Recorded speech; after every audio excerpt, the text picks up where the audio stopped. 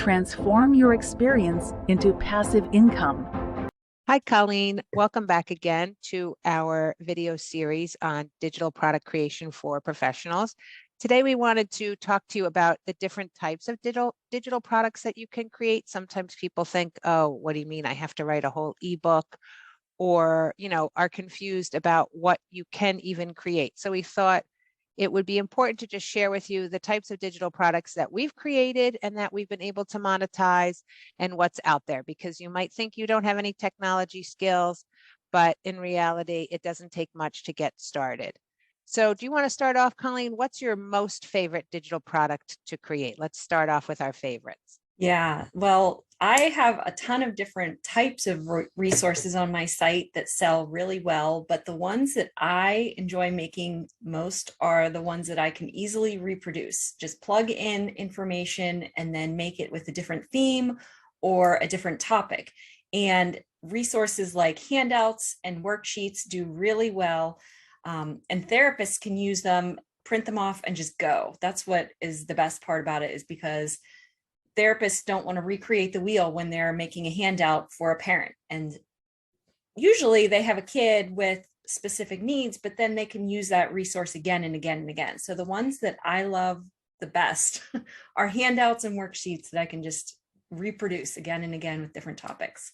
But other types of products that do really well are ebooks, workbooks with pages that therapists or other professionals can print off just certain pages, not even the whole workbook, just a couple pages here and there that work for what they need at the moment. What about you? What are your favorites? I think there's two different things. I have favorites that I like to create, and I think favorites of my customers. So I really like creating printables, activity worksheets. I just find them really fun. I think I like to do puzzles, so I like to create different puzzles and activity worksheets. I like to make activities that keep exercise fun and engaging, because I know from the physical therapy perspective, it can be hard to do that with kids. So that's what I like to create. But I think my customers really like the same kind of things, like activity ideas that are ready to go, but especially the ones that are created by some of the OT and CODA vendors on my website, because they're through their eyes and their perspective, they know really what's great for their students. So a lot of the handwriting worksheets, visual perceptual worksheets, they sell well because people are using them. That's a lot of the goals that kids are working on, and they're ready to go. Yes. So I do think, there's two different ways to look at it. Sometimes I'm in a real creative mode and I like to sit down. It's almost to me like painting. Digital product creation is a creative outlet. Yes. So it can be really fun to create those printables and worksheets to help the kids do better in school. So Yes. I would say printables and worksheets, but there's so many other options out there. Again, sometimes I'm in a mode where I'm big on data collection, and, I think that we need so many more resources in that area that are really easy for teachers and therapists to use. And so I'll get into that mode of let's create some forms. Those were some of the first products I ever created, because I just saw such a need and how hard it is to keep on top of documentation. And now with the ever-changing technology front, there's Google Sheets and Google Forms, and there's so many things you can create. So I do enjoy making those as well. Let's talk about forms. You can have forms for screening tools or collecting data, all those different types. There's so many ways that you could have a form that you use again and again in your practice. On my site, I have a few different screening tools. These are created by therapists in the field that see a need to collect data, check off red flags, maybe hand out to a parent and say, what are you seeing at home? And therapists can, or parents can just fill that out based on their individual child. Those do really well, specifically like sensory screenings or visual perception screenings, handwriting screenings. Do you sell a lot of those on your site? Yeah, definitely. I think because they're huge time savers. And I think sometimes too, therapists just want to see it through someone else's lens, or a teacher needs it. We can't be in the classroom at all times. And so for some of the screenings, if it's a handwriting screening tool, a teacher, can benefit from that as well. So for sure, those are popular. And I think what you said is so important. They're coming and being created by people in the field, using them every day. They see a need, they see where their students struggling. So they might have just created it out of need for their own workplace. And now, you can just double that and help to share with others and earn some income on the side by sharing those digital products. Yes. So I would agree. Forms, screening tools, handouts, printables, those sell the best by far. Yeah. How about ebooks? Because you could go so many different ways with ebooks. You can, and I think you can get overwhelmed. Yeah. If you're thinking of that big project, but sometimes I have a couple of ebooks on our site that do sell very well, specific to topics like toilet training, where a therapist has gone really deep on helping children with toilet training and helping parents and families. And so this is, a topic that she's highly interested in, and it's been great. So I think you can get very specific and get much more detailed than a simple printable activity workbook. Yeah. Would you agree? Definitely. You could go as far as making the ebook and then putting it onto a print on demand site that prints physical books, which we've done together. Right. Yeah, we've done a that. series of books that way. But another way that you can make it super simple and just get it done is put down on paper what you find yourself saying to parents time and time again. You kind of have like a spiel where you say these types of things are things you're going to look at, and this is what you're going to work on, and these are areas you're going to target in your therapy treatment. What are you saying again and again? Just put that on paper, and that's an ebook of its own. It might be just 20 pages or something of information, but then the people that purchase it can print off the pages that they like and use those, and it's a really great resource. Exactly. You don't have to think that it has to be this several hundred page book. Sometimes, everybody's attention spans are getting shorter and shorter. And so sometimes less is more, especially on a very specific topic. So keep that in mind when you're thinking about creating something. It doesn't have to be extensive or lengthy. Everybody appreciates any of the information that they can get condensed in one area. So I do agree with you. You don't have to think something huge. Right. What else? Video. We're doing video right now. I mean, you could definitely do video courses. That's not my wheelhouse. I'm not that strong on it, but I have done them before, but that's not my focus. Yeah. How about you? I did one video course, and I actually made a course or like a session that I presented to the Pennsylvania OT Association.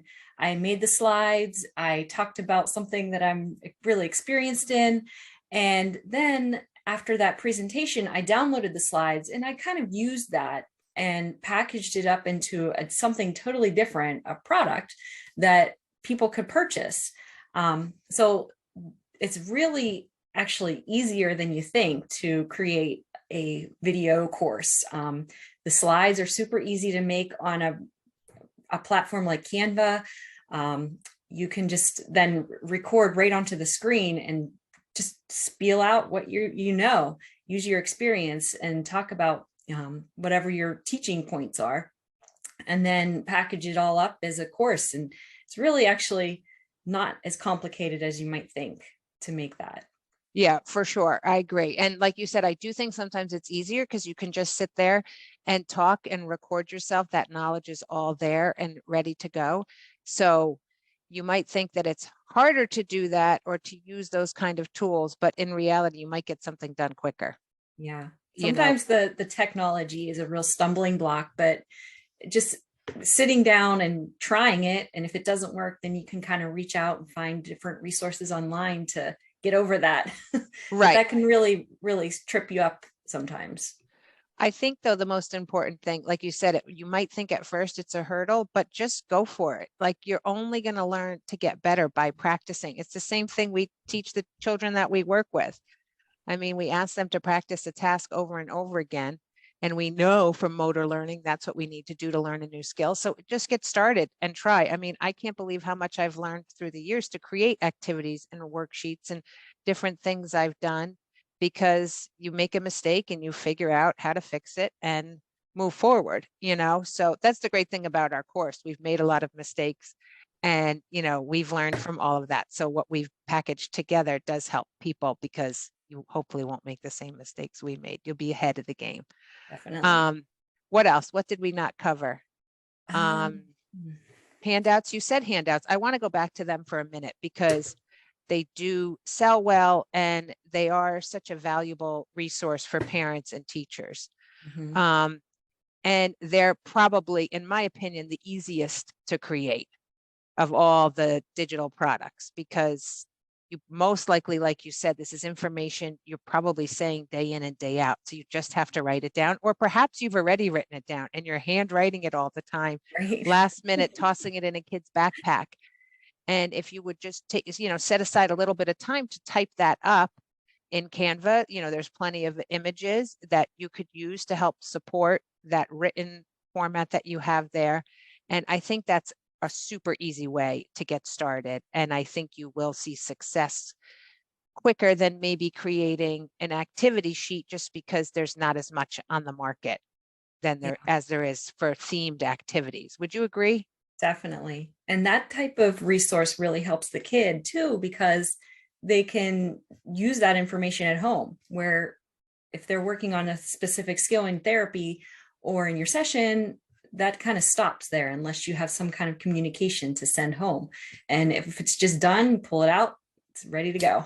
Right. And because it's a digital product too, for some, depending upon terms of use, some creators do allow you to email that one page home. Maybe not the whole packet, but they will allow you to email certain pages.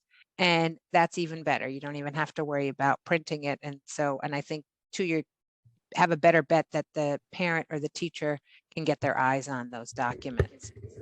Another thing that you can create digital product wise is digital images to use on merchandise. You could create t-shirts or mugs. I mean, there's just some phone cases, posters. There's so many different things that you can create, and there's easy websites that allow you to upload those images that you create, and they will send the product for you. So it's not like you have to keep inventory.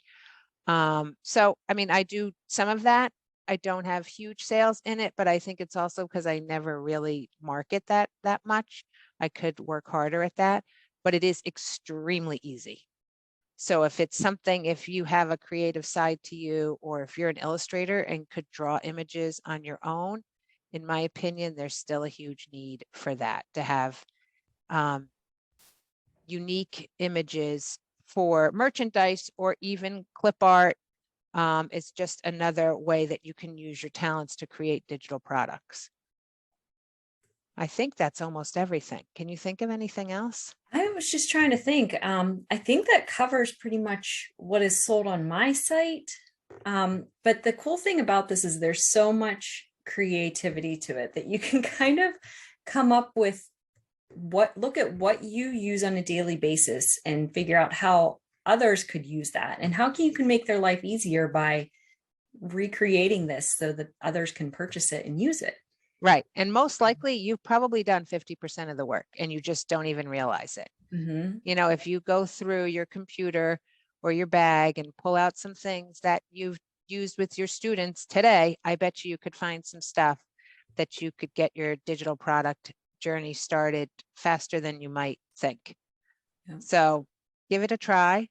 And you can go to either of our websites to check out our digital product creation for professionals program that will help you get started with that. And I think it's worth a try. Like I said, you've probably done 50% of the work already. Yeah. If you've any other ideas, let us know in the comments. We would love to hear what you're creating. For sure. All right, Colleen, I'll see you next time. I'll see ya. Bye. All right. Bye-bye. Visit the OT Toolbox or your therapy source to get started today.